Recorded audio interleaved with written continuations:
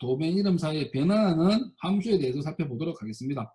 뭐 어려운 건 없습니다. 자, 보시면 get host by name 하고 이건 get host by address가 있습니다. 요거 두 가지를 살펴보도록 하겠습니다.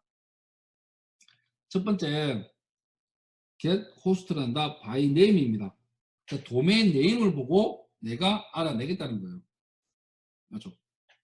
그래서 인자론 뭐가 옵니까? 호스트 네임, 즉 호스트 네임이 오면 돼요. 즉 문자를 처리해 줄 수 있으면 됩니다. 그리고 중요한 게 제가 보기에는 결과값입니다. 결과값이 어떤 형태로 오느냐? 스트럭처 호스트 ENT라는 요 구조체 모양으로 옵니다. 요거를 잘 이해하셔야 돼요.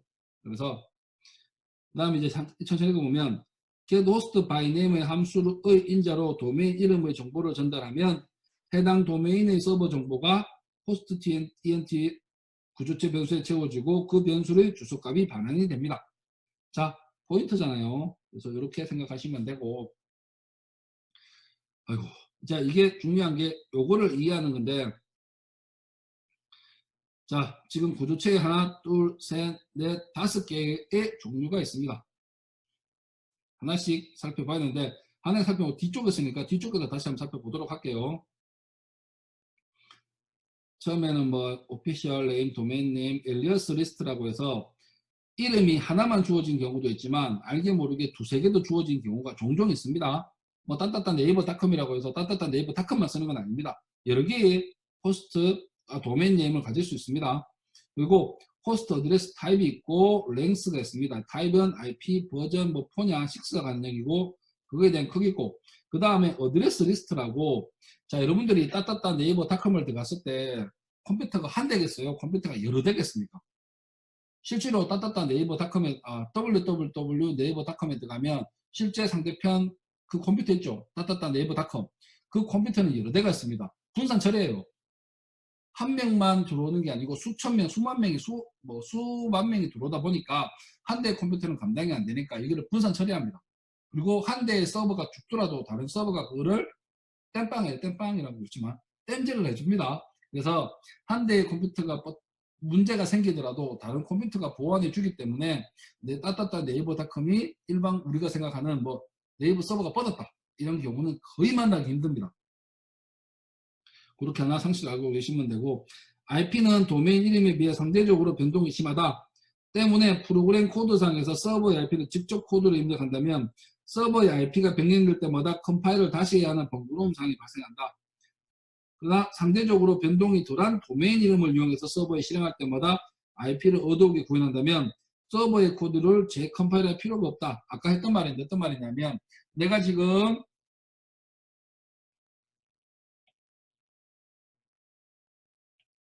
A 컴퓨터가 있고 B 컴퓨터가 있습니다. 그래서 내가 지금 여기가 155230 경대가 가지고 경대가 90으로 시작합니다. 이게 1이라고 칩시다. 예를 들어서 9구 간의 IP가 이렇게 돼요. IP가 이렇게 된다고 칩시다. 좀 그렇다. 지우고 다시 하자. 특정 IP 적으면 안 돼.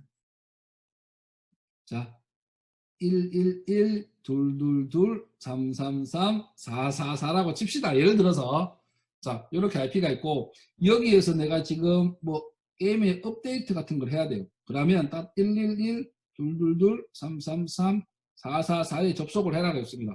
그래서 정보를 주고받으면서 이제 업데이트를 한다고 칩시다. 근데 문제가 생겼어요. 서버가 너무 부족하고 서버를 증설해야 될 문제도 생겼고 특별한 게 회사를 이전했습니다. 그러면 IP 번호가 변경이 돼요. 그러면 뭐 됩니까? 이 업데이트한테 이 사람 컴퓨터한테 뭐 돼요? 이 IP가 바뀌었으니까 새로운 버전이나 새로운 업데이트된 파일을 다운받아야 돼요. 그건 사용자 입장에서는 쉬운 문제가 아닙니다. 자, 이렇게 하는 것보다 도메인 DNS 서버가 언제든지 리플레시 갱신이 되니까 이거를 이용해서 하드 해보다는 A에서 이제 업데이트 게임 COM 이런 식으로만 접속을 한다고 칩시다. 그러면 이 B 컴퓨터의 업데이트 컴퓨터가 IP가 변경이 되더라도 어떻게 됩니까?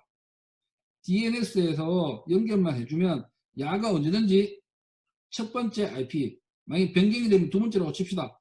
업데이트 해주면 이쪽으로 접속합니다. 그래서 이렇게 도메인 네임을 쓰면 나중에 관리하기 편하다는 겁니다. 자, 이렇게 해서 하시는 걸 생각하시면 됩니다. 자, 이거 이제 하나씩 살펴볼 건데 여기에 있는 내용이 좀 길어질 겁니다. 그래서 요것만 하고 요 좀 뒤쪽은 조금만 시도합시다.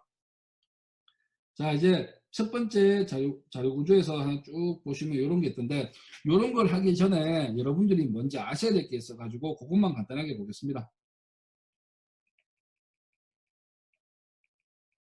포인터에 관한 얘기인데 이거를 굳이 여기서 언급한다는 것 자체도 좀 그렇지만 한번은 보고는 갑시다. 자, 저번에 내가 설명을 했지만 포인터는 화살표라고 했습니다. 근데 여기서 잘 보시면 화살표가 한 개짜리가 있고 두 개짜리 그리고 없는 거 두 개짜리가 있습니다. 맞죠? 이게 어떻게 되는지 간단하게 보도록 할게요. 자, 첫 번째 건 화살표 하나, 이거는 포인터 두 개, 이거 포인터 아니니까 넘어가고, 이거 포인터 두 개입니다. 즉, 화살표가 한 개, 두 개 있다는 얘기예요. 맞죠? 그거를 잘 생각하시면서 봅시다. 자, 호스트 네임은 문자를 하나를 기억하면 돼요. 그러면 문자를 가리키는 포인터 하나 만들고 화살표 하나로 특정 문자를 접근하시면 돼요. 자, HLS라는 게 다른 이름 우리가 뭐 별명이라고 부르기도 합니다. 이게 한 개만 있겠어요? 다수 개가 있겠어요? 다수 개가 있을 수 있습니다. 맞죠? 다수 개가 있을 수 있으니까 그러면 문자열을 기억할 수 있는 배열 하나를 만들어야겠죠. 자, 배열 하나를 만들었습니다. 여기에 이 배열을 가리키는 포인터, 즉 원포인트 하나 해결했습니다. 그리고 여러 개의 이름이 있으니까 문자열 포인트를 여러 개 만들면 되겠죠. 그러면 포인트가 몇 개 필요합니까? 여기에서 한 개, 여기에서 두 개. 그래서 HLSS라는 거는 2포인트를 써야 됩니다. 자, 그 다음에 쭉 가서 뭐 어드레스 타입, 버전 4인지 보면 되고 버전 4면 AF, INET을 주면 됩니다. 그리고 IP4의 경우, 6의 경우 있습니다. 이거 중요한 게 바이트 단위라서 4와 16입니다. 만약에 IP 버전 4면 4, IP 버전 6면 16입니다. 128비트니까. 그리고 어드레스 리스트가 있는데 이것도 IP 주소 정보가 여러 개 수도 있겠잖아요. 따따따 네이버 닷컴을 NS 룩업 같은 거 해보시면 IP가 여러 개 뜰 거예요. 이것도 이렇게 분산 처리해서 안 뜨게 할 수도 있지만 이것도 있고 다른 뭐 아마존 같은 데 보면 서버를 여러 개 IP가 이렇게 뚫는 경우도 있습니다. 그런 것들을 말해요. 자, 그러면 둘 이상의 모두를 반환해야 됩니다. 그러면 다시 이거를 저장하고 있는 배열로 한번 가는 거 포인트 하나, 그리고 다시 여기서 문자를 갖는 거 포인트 둘, 이런 식으로 접근을 하셔야 됩니다. 그래서 원 포인트인지 투 포인트인지 그거를 잘 구분하시고 보시면 됩니다. 특별한 건 없습니다. 자, 그러면 아까 get host by name을 하시면 이렇게 된 구조체 반환이 변수가 반환이 됩니다. 그거를 가지고 좀 쓰시면 됩니다. 자, 그래서 소스만 간단하게 보면 get host by name에서 host라는 요걸 가져왔습니다. 그러면 host는 구조체 변수입니다. 이거 잡고 그다음 이제 official name이나 address type, address list를 출력해 보도록 합시다. 뭐 에러 처리는 됐고 host 있고 host라는 데가 있고 여기에서 이제 뭡니까? 원포인트잖아요.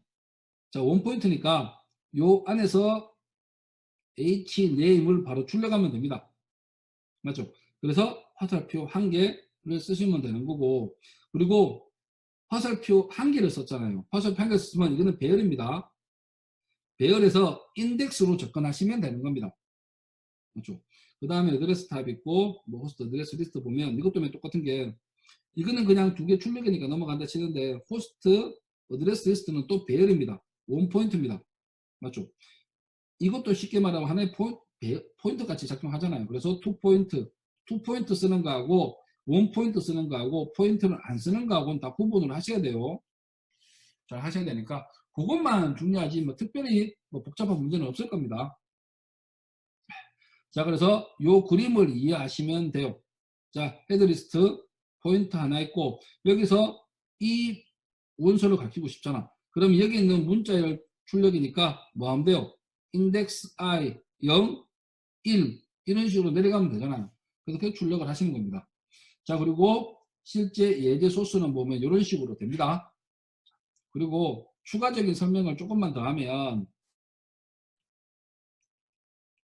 포인트에서 왜 화살표를 쓰는지에 대해서 간단하게 보겠습니다. 자, 왜 화살표를 쓰는지를 살펴보면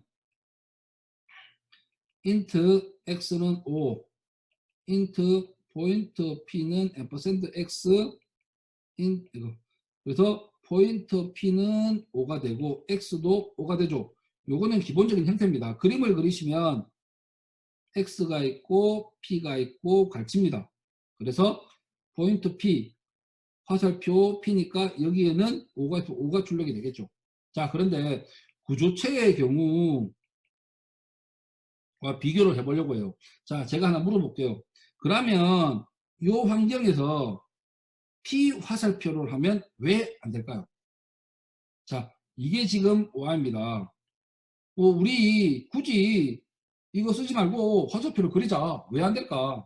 안 되는 이유가 뭐냐 하면 P로 했고 화살표 갇혔을 때 갇히는 놈이 없습니다. 즉 내가 지금 초록색 내가 지금 P예요. P에서 화살표 따라갔어요. 그러면 여기 있는 값 자체가 결과물이에요. 그러면 이거 자체가 지금 결과물을 말합니다. 즉 더 이상 가책이 없다는 소리예요. 우리가 이런 경우에는 쓸 수가 없습니다. 화살표를. 그래서 요게 좀 모순이 되니까 어떻게 합니까? 이거를 쓰지 않고 우리가 이런 식으로 쓰는 겁니다. 근데 구조체는 좀 달라요. 구조체 같은 경우를 한번 볼게요. 구조체 안에는 뭐 x, y, g라는 변수가 있다고 칩시다. 요 안에 5값, 6값, 7값이 있다고 쳐요. 지금 내가 뭔가 했는데 포인트 P1이 있어요. 이렇게 갇힙니다. 자, P1이 포인트 하고 나서 내가 X를 쓸지 Y를 쓸지 G를 쓸지 결정을 해야 되는 거예요. 그러면 X를 쓴다면 이렇게 쓰면 되죠. 자, 그래서 중요한 게 구조체 포인터 같은 경우에는 이렇게 화살표를 쓸 수 있다는 거예요. 왜? 화살표 따라가서 실제로 가리키는 놈을 내가 기재해 주면 되는 거예요.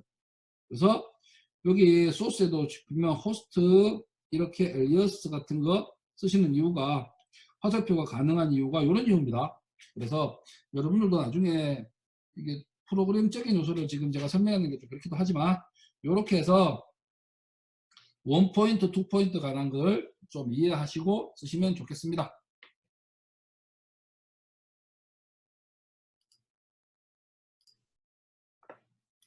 자, 이제 get host by address로 보겠습니다. 보시면 자, 앞에 거하고 내용은 바뀐 게 없어요. 바뀐 건 없고 다만 바뀐 게 인자가 바뀌었어요.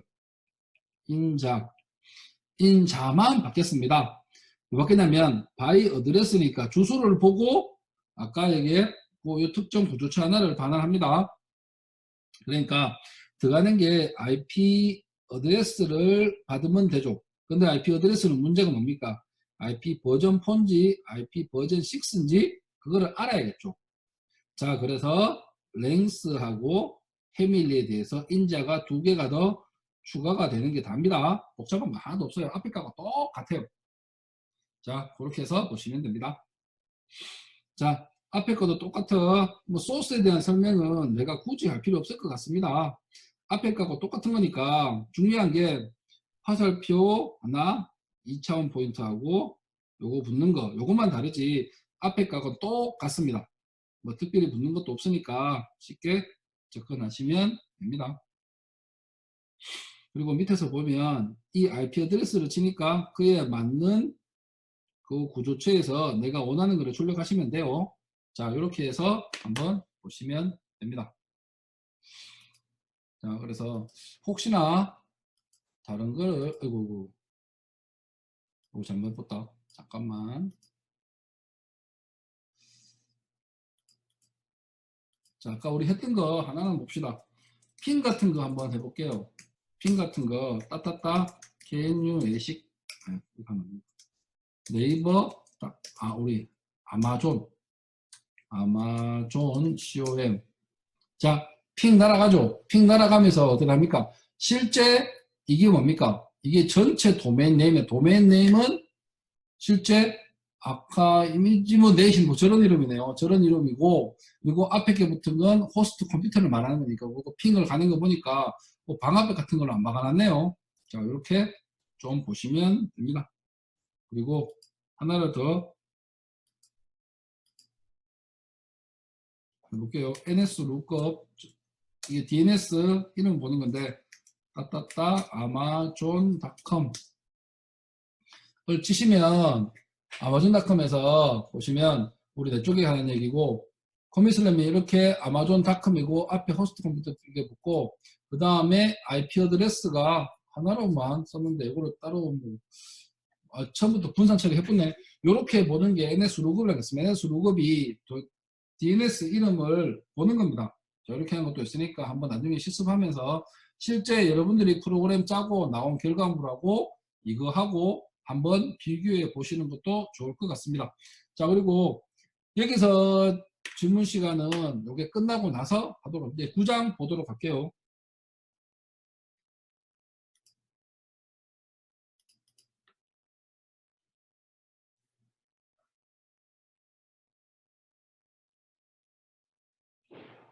자, 9장에 소켓의 다양한 옵션에 대해서 살펴보도록 하겠습니다. 이 소켓에 대해서 다양한 옵션 하는데 옵션이 다 기억할 필요는 없고 그때그때마다 보시면서 하시면 돼요. 그리고 제 시험 칠 때는 이것들을 뭐 소켓 옵션이 여러 개 있습니다. 이런 것들을 다 외우라고 소리는 못 하겠습니다.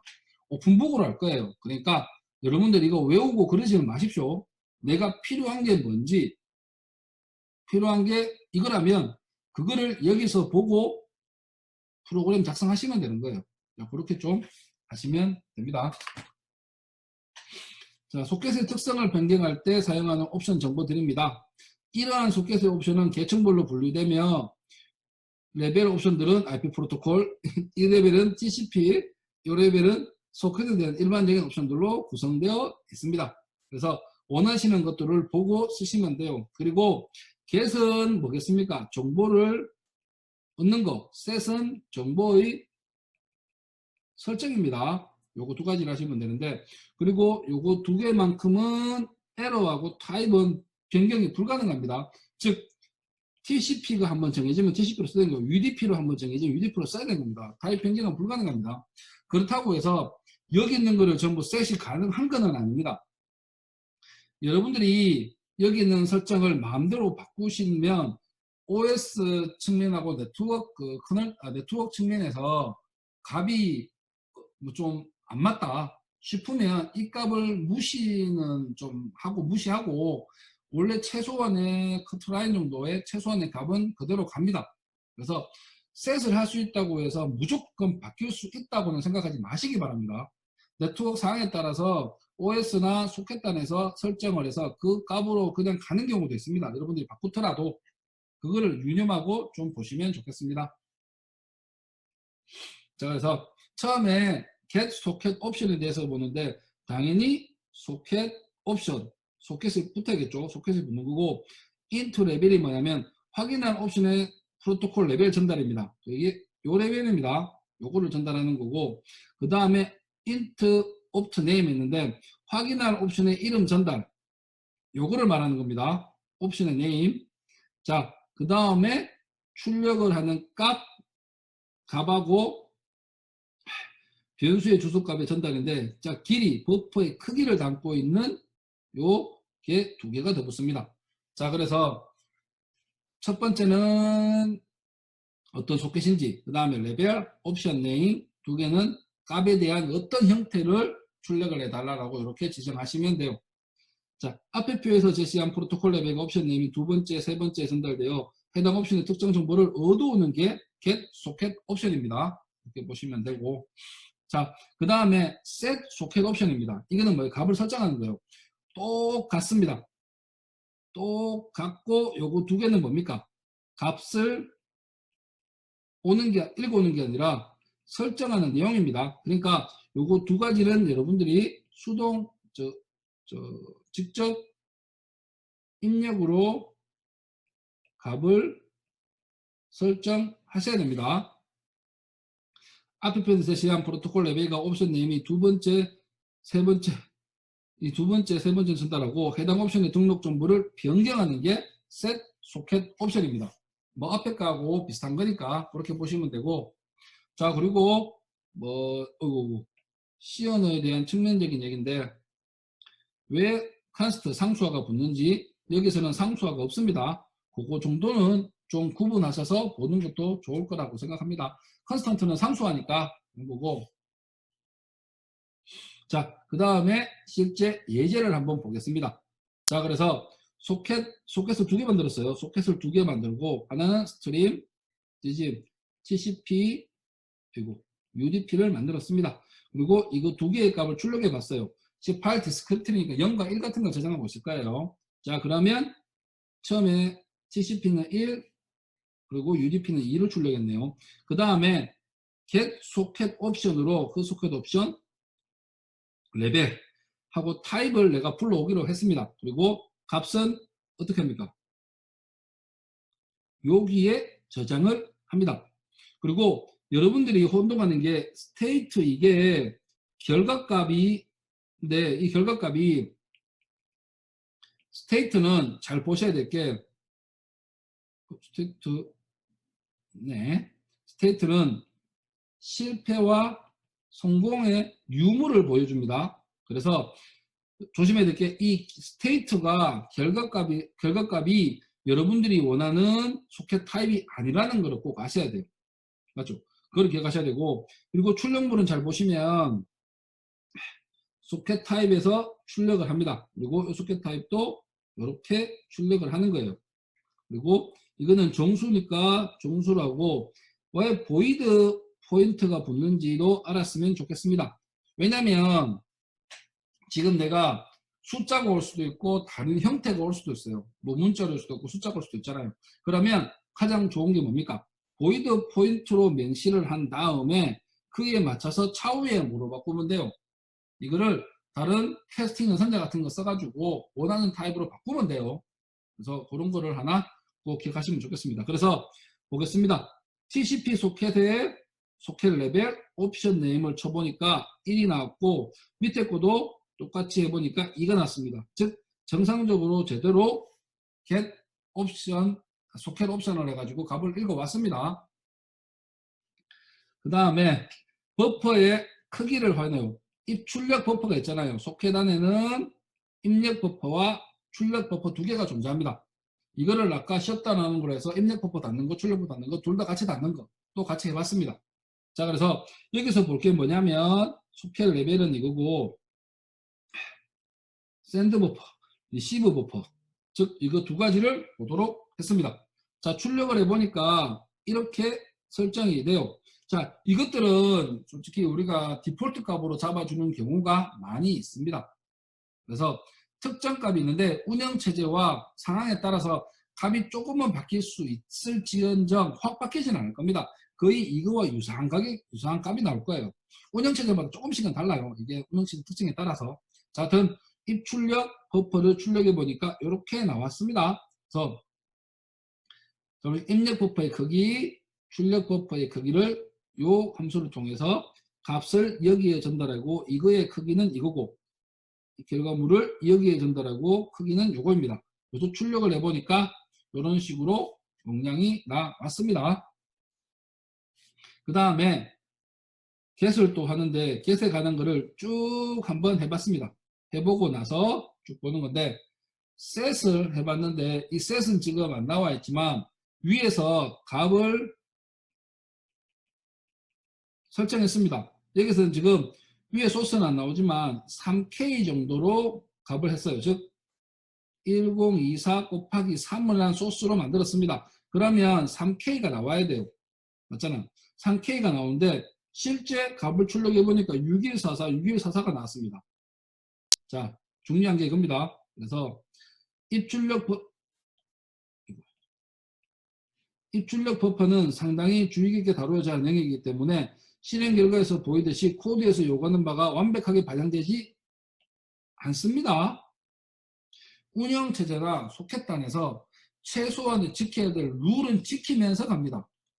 그래서 내가 용량을 마음대로 바꾼다고 해서 마음대로 바뀌지는 않습니다. 그 값을 내가 읽어서 인정은 해주되 운영체제하고 지금 네트워크 환경에 따라서 값을 잡아서 합니다. 내가 아무리 줄여도 아무리 느린다고 해서 엄청나게 커지지도 않습니다. 그래서 이런 룰이 있으니까 근데 이 값이 무조건 이게 나온다라고 단정적으로 말할 수는 없어요. 상황에 따라 달라지는 값들이니까. 그래서 앞에 거를 셋을 한다고 해서 절대적으로 값이 바뀐다는 생각은 좀 안 했으면 좋겠습니다. 자, 그렇게 해서 좀 보시면 됩니다. 자, 그 다음에 reuse ADDR에 대해서 살펴보도록 하겠습니다. 그리고 여러분들이 지금 어렵게 생각할 수 있는데 타임 웨이트라는 걸 이제 이해하셔야 돼요. 타임 웨이트가 왜 필요한지는 아까 우리 이전에 했던 거 있잖아요. 입력 출력 버퍼의 사용, 활용에 대해서만 이해만 하시면 쉽게 돼요. 우선 읽어볼게요.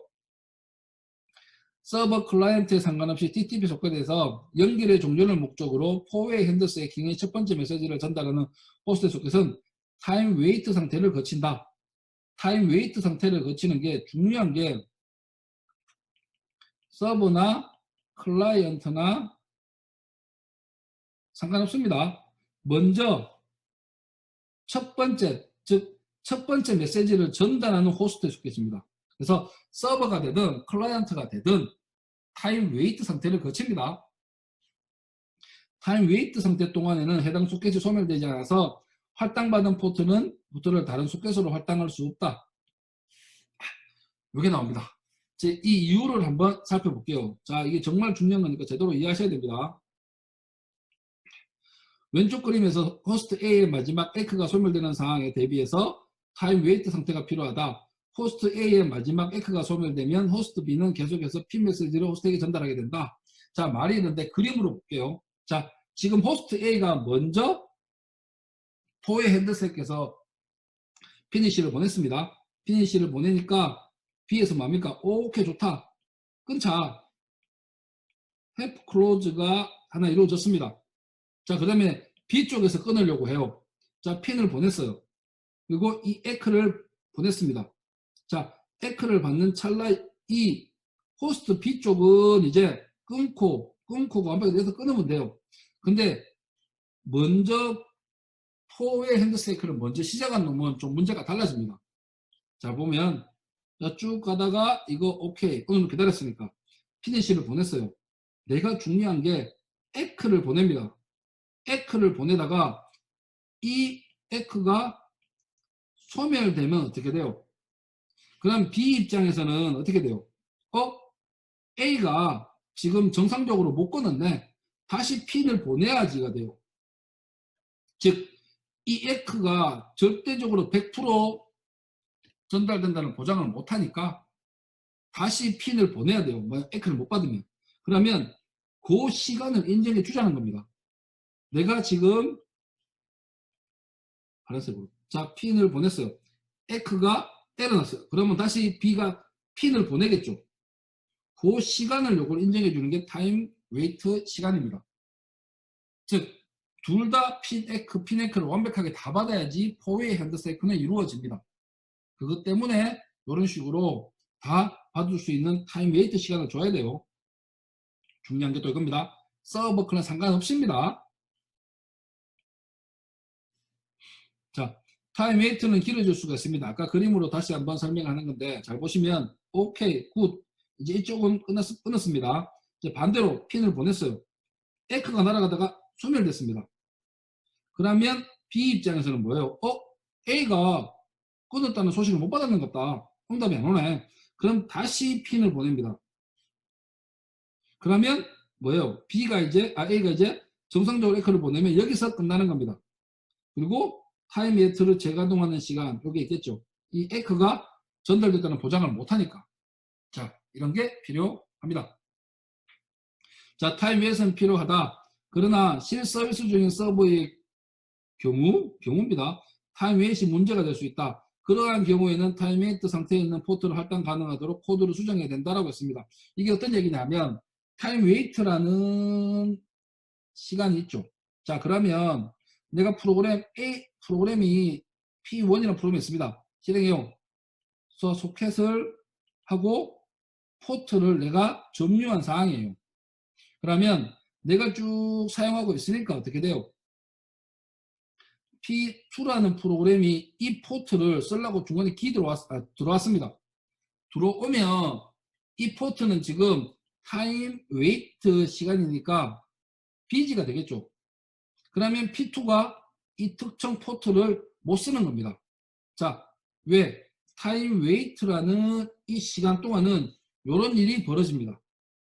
자, 그래서 reuse ATD라는 게 뭐냐면 포트 할당이 가능하도록 옵션을 변경하는 거예요. 만약에 이런 일이 벌어지더라도 내가 이 포트를 다른 프로세스가 들어왔을 때 사용 가능하게 해주자는 겁니다. 그렇게 하는 게 요 밑에 거예요. 자, 소켓 레벨, 옵션 네임, 여기에 값을 변경시켜 줍니다. 이거를 true로 하면 재사용이 가능한 거예요. 그래서 이런 일이 발생하더라도 기본적인 디폴트 옵션은 이게 false입니다. false라서 P1 이상의 타임 웨이트 시간 동안 P2가 들어오면 에러가 나요. 근데 이거를 true로 하시면 P2라는 게 들어와서 사용할 수 있습니다. 이렇게 생각하시면 됩니다. 그리고 no delay라는 게 있습니다. no delay라는 걸 간단하게 보시면 이게 나글 알고리즘을 부르는데 앞에 전송한 데이터에 에크 메시지를 받아야만 다음 데이터 전송 알고리즘이다. 그렇습니다. TCP에서 뭡니까? 내가 데이터를 보내고 에크 받고 데이터 보내고 에크 받고 하는 시스템이에요. 자, 그래서 우리가 지금 쉽게 TCP를 안다 생각한다면 이 알고리즘을 안 쓰는 경우에는 M 보내고 에크 받아야 되고 그 다음에 N, A 보내고 쭉 에크 보내고 에크 보내고 에크 보내고 에크 이런 순서로 그냥 쭉 갑니다. 근데 이런 시스템을 실제로 쓰기에는 불합리해요. 즉 하나하나 단위로 모두 잘라야 되고 에크를 받고 하는데 인터넷의 과도한 트래픽과 그로 인한 전송속도 저하를 막기 위해서 디자인된 알고리즘이 이겁니다. 그러면 이 알고리즘은 그 목적이 영역하는 경우가 아니면 중단하지 말아야 하며 소켓에 기본적으로 이 알고리즘을 적용해서 데이터를 송수신합니다. 그래서 이 알고리즘을 끄고 키는 거는 하지 말아야 합니다. 웬만하면. 그래서 이거를 끈다고 킨다고 해서 여러분들이 소스적으로 활용하기 힘들고 입출력 버퍼를 출력을 해보면 차이가 조금 나긴 나요. 근데 웬만하면 하지 말라는 겁니다. 즉 어떤 내가 요즘에 어떤 거냐면 N을 보내요. 데이터 버퍼 하는 거. 그거를 잘 받았다고 보내고 버퍼에 4개가 쌓여있다고 칩시다. 이거를 동시에 보냅니다. 그래서 에크를 받는 시스템이에요. 즉 현 상황을 보고 전달하고 버퍼에 모아놨다가 쓰는 게 리글 알고리즘입니다. 자, 그래서 중단하는 명령하고 설정하는 상태가 있는데 이렇게 해서 설정을 하시면 됩니다. 자, 값은 여기에 넣으시면 되죠. 맨 이렇게 해서 여러분들이 필요에 따라서 값을 세트할 수도 있고 겟할 수도 있어요. 자, 위에 거는 셋하는 겁니다. 자, no delay를 뭐합니까? 값을 주면, 즉 true로 만들면 딜레이가 없다는 얘기잖아요. 그래서 이 알고리즘을 반드시 끄면 안 됩니다. 가만히 놔두시고 제가 그냥 함부로 이거 만지지 마시고 밑에 거 해보십시오. 밑에 거에서 값을 출력해보고 지금 이 알고리즘이 돌아가는지 안 돌아가는지 확인을 해보는 거는 권장을 하겠습니다. 권장합니다. 끝이다. 자, 요까지 했는데 지금 오늘 했는 것까지가 딱 기초입니다. 기초니까 오늘 했는 것까지는 잘 이해하시고 이 다음부터는 약간의 활용 쪽으로 넘어갑니다. 그래서 좀 어떻게 보면 어려울 수도 있습니다. 자, 오늘은 이론은 여기까지 하겠습니다.